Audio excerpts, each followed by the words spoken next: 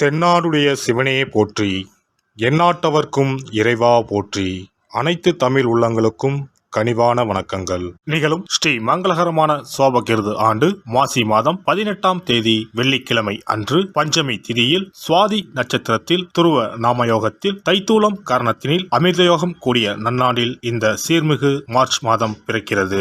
பிறக்கப் போகும் இம்மாதம் உங்கள் வாழ்வில் வளமும் நலமும் செல்வ செழிப்பும் பெற்று புதிய வாய்ப்புகள் புதிய வெற்றிகளுடன் மங்களகரமாக அமைய எல்லாம் வல்ல இறைவனை உளமாற வேண்டி விரும்பி கேட்டுக்கொள்கிறேன். இம்மாத கிரக நிலைகளை பார்க்கும்போது மேசத்தில் குருவும், கன்னி ராசியில் கேது பகவானும், மகர ராசியில் செவ்வாய் சுக்கிரனும், கும்ப ராசியில் சனி புதனுடன் சேர்ந்து சூரிய பகவானும் சஞ்சாரம் செய்கின்றனர். மார்ச் 2ஆம் தேதி புதன் பகவான் மீன ராசிக்கும், 8ஆம் தேதி சுக்கிர பகவான் கும்ப ராசிக்கும், 14ஆம் தேதி செவ்வாய் பகவான் கும்ப ராசிக்கும் இடப்பெயர்ச்சி அடைகின்றனர். இந்த கிரக அமைப்பினால் உங்கள் வாழ்வில் இம்மாதம் ஏற்படக்கூடிய சுப மற்றும் அசுப பலன்கள் என்ன என்பதனை பற்றி காண்போம். நடுங்க வைக்கும் குளிரோ தவிக்கவிடும் வெயிலோ இல்லாமல் மிக இதமான சூழல் நிலவும் மாதம் இந்த மார்ச் மாதமாகும். பனிக்காலம் முடிந்து வசந்த காலம் துவங்க போகிறது. மாசி மாதத்தின் பிற்பகுதியும் பங்குனி மாதத்தின் முற்பகுதியும் இணையும் மாதம் இந்த மார்ச் மாதமாகும். கும்ப மாதமும் மீன மாதமும் இணைந்த இந்த மார்ச் மாதத்தில் பல திருப்பங்கள் உங்கள் வாழ்வில் நடைபெற உள்ளன. ரிஷபராசி அன்பர்களே, இம்மாதம் பணவரவு திருப்தி தருவதாக இருக்கும். காரியங்கள் அனுகூலமாக முடியும். குடும்பத்தில் வசதி வாய்ப்புகள் பெருகும். வீட்டில் மகிழ்ச்சியும் நிம்மதியும் குடிகொள்ளும். பெண்களால் நன்மைகள் உண்டாகும். புதிய ஆடை ஆபரணங்களின் சேர்க்கை உண்டாகும். கணவன் மனைவிக்கு இடையே அந்யோன்யம் அதிகரிக்கும். சகோதர வகையில் உதவிகள் கிடைக்கும். உறவினர்களால் நன்மைகள் ஏற்படும். குடும்ப தேவைகள் ஒவ்வொன்றாக நிறைவேறும். தந்தை வழியில் எதிர்பார்த்த காரியங்கள் அனுகூலமாக முடியும். அரசாங்க காரியங்கள் அனுகூலமாக முடியும். பூர்வீக சொத்து பிரச்சனையில் பொறுமையை கடைபிடிக்கவும். சிலருக்கு தடைப்பட்ட திருமணம் கூடி வரும். வீட்டில் சுப நிகழ்ச்சிகள் ஏற்பாடாகும். சகோதரர்களுடன் அனுசரணையாக நடந்து கொள்வது நல்லது. வெளியூர் பயணங்களின் போது தேவையான முன்னெச்சரிக்கை நடவடிக்கைகளை மேற்கொள்வது அவசியம். அலுவலகத்தில் உற்சாகமாக செயல்படுவீர்கள். உங்கள் ஆலோசனைகள் நிர்வாகத்தினரால் ஏற்றுக்கொள்ளப்படும். மேலதிகாரிகளின் ஆதரவு உங்களுக்கு கிடைக்கும். சிலருக்கு பதவி உயர்வு, ஊதிய உயர்வு போன்ற சலுகைகள் கிடைப்பதற்கான வாய்ப்புகள் உண்டு.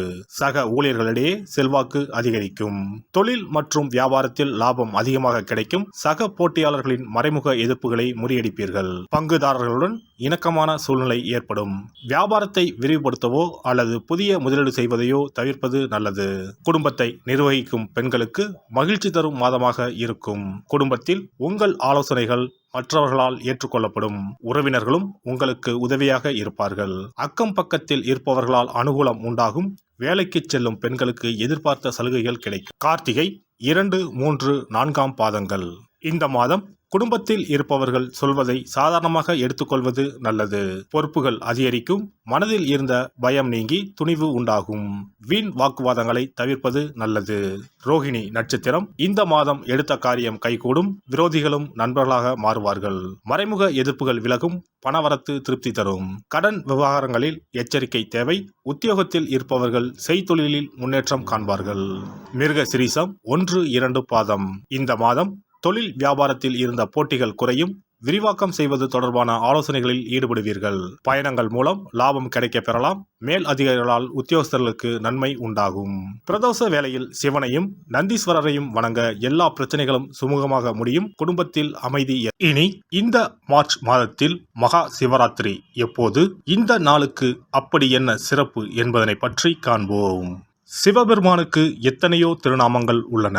அவற்றில் மிக உயர்வானதாக சொல்லப்படுவது மகாதேவன் என்ற திருநாமம். மகாதேவன் என்றால் கடவுள்கள் அனைவருக்கும் மேலான கடவுள். கடவுள்களுக்கு எல்லாம் தலைவன் என்ற பொருள். சிவாய நம என சிந்திப்பவர்க்கு அபாயம் ஏற்படாது என்பார்கள். அப்படி கர்ம வினைகளில் இருந்தும் அனைத்து விதமான துன்பங்களில் இருந்தும் விடுபடுவதற்கு சிவனே கதி என சிவபெருமானை சரணடைவதற்கு ஏற்ற நாள் மகா சிவராத்திரி தினமாகும். மகா சிவராத்திரி நாளில் சிவபெருமானை முழு மனதுடன் உண்மையான பக்தியுடன் வழிபட்டால் நம்முடைய வேண்டுதல்கள் அனைத்தையும் சிவபெருமான் நிறைவேற்றி வைப்பார் என்பது ஐதீகம். கவலைகள் நீங்கி காரிய வெற்றியை தரக்கூடிய நாள் மகா சிவராத்திரி விரத நாளாகும். சிவபெருமானுக்கு உரிய அஷ்ட விரதங்களில் மிக முக்கியமானது மகா சிவராத்திரி விரதமாகும். சிவபெருமானின் அருளை பெறுவதற்குரிய மிக உன்னதமான புண்ணிய நாளாகும். ஒவ்வொரு மாதமும் தேய்பிறை சதுர்த்தசி திதியில் வருவதை மாத சிவராத்திரி என்றும், மாசி மாதம் தேய்பிறை சதுர்த்தசியில் வருவதை மகா சிவராத்திரி என்றும் கொண்டாடுகிறோம். நாடு முழுவதும் சிவ பக்தர்களால் கோலாகலமாக கொண்டாடப்படும் விழாக்களில் மகா சிவராத்திரி விழாவும் ஒன்று. இந்துக்களின் மிக முக்கியமான விரத நாட்களில் இதுவும் ஒன்று. முப்பெரும் தேவர்களில் ஒருவரான சிவபெருமானுக்குரிய ராத்திரியாக சிவராத்திரி கொண்டாடப்படுகிறது. இந்த ஆண்டு மகா சிவராத்திரி விழா மார்ச் 8ஆம் தேதி கொண்டாடப்பட உள்ளது. அன்று இரவு 8:20 மணிக்கு துவங்கி மார்ச் 9ஆம் தேதி மாலை 6 மணி வரை சதுர்த்தசி திதி உள்ளது. இதனால் மார்ச் 8ஆம் தேதி இரவு 8:30 மணிக்கு பிறகே சிவராத்திரி பூஜை துவங்க வேண்டும். சூரிய பகவான் கும்பராசியில் பயணம் செய்யும் மாசி மாதத்தில் தேய்பிறை சதுர்த்தி நாளில் முதல் நாள் மாலை துவங்கி அடுத்த நாள் காலை வரை சிவனுக்கு தொடர்ந்து 4 கால பூஜைகள் செய்யப்படும்.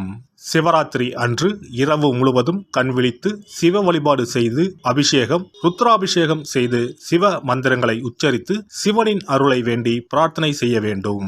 ஆன்மீகத்தில் உயர்ந்த நிலையை அடைவதற்கும், துன்பங்கள் மற்றும் பாவங்களில் இருந்து விடுபட்டு மோட்சத்தை அடைவதற்கும் ஏற்ற நாள் இதுவாகும். மகா சிவராத்திரி அன்று அதிகாலையில் எழுந்து புனித நீராடி வீட்டை சுத்தம் செய்து பூஜை அறையில் விளக்கேற்றி வைக்க வேண்டும். பிறகு மாலையில் சிவன் கோவிலுக்கு சென்று அங்கு நடக்கும் அபிஷேகம், பூஜைகளில் கலந்து கொள்ள வேண்டும். அன்று சிவலிங்கத்திற்கு பஞ்சாமிர்த அபிஷேகம் செய்வதும் வில்வ அர்ச்சனை செய்வதும் மிக சிறப்பானதாகும். மகா சிவராத்திரி நாளில் எத்தனை முறை முடியுமோ அத்தனை முறை பஞ்சாட்சர மந்திரமான ஓம் நம சிவாய மந்திரத்தை உச்சரிக்க வேண்டும்.